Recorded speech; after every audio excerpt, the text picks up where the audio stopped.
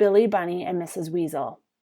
As soon as Billy Bunny and Uncle Lucky got home after leaving the opera house, as I told you in the last story, they heard a loud noise in the backyard. "What's that?" said Uncle Lucky, and he peeked around the corner of the porch, while Billy Bunny took his pop gun out of his knapsack so as to be ready in case it was a burglar. "I don't see anything," whispered the old gentleman rabbit. "You take a look." So Billy Bunny peeped around the corner, and then he hopped backward, almost knocking Uncle Lucky head over tail. And before you could say "Jackrabbit," Old Man Weasel jumped from behind the house and glared at the two rabbits with his wicked eyes.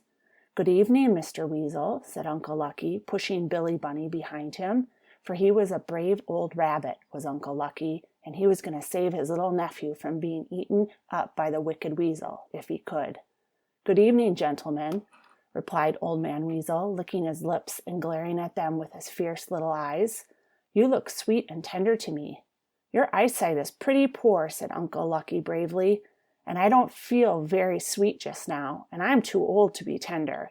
And he wriggled his nose so fast in the moonlight that it made Old Man Weasel dizzy to look at it, and he had to turn away, and while he wasn't looking, Billy Bunny lifted his gun to his shoulder and pulled the trigger.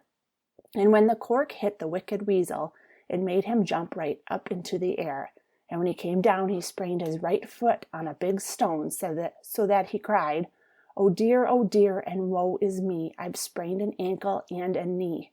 I cannot walk, I cannot run, plague take that little rabbit's gun. Oh, won't you call an ambulance? My home is such a great distance." "If you'll promise not to come here again," said Uncle Lucky, "I'll call up the hospital. If you don't promise, I'll call the policeman dog and ask him to tickle you with his club." And the old gentleman rabbit hopped down to the front gate and pretended to call a policeman, which frightened Old Man Weasel nearly to death. He'd rather have a sprained knee than be tickled by a policeman's club any day in the week.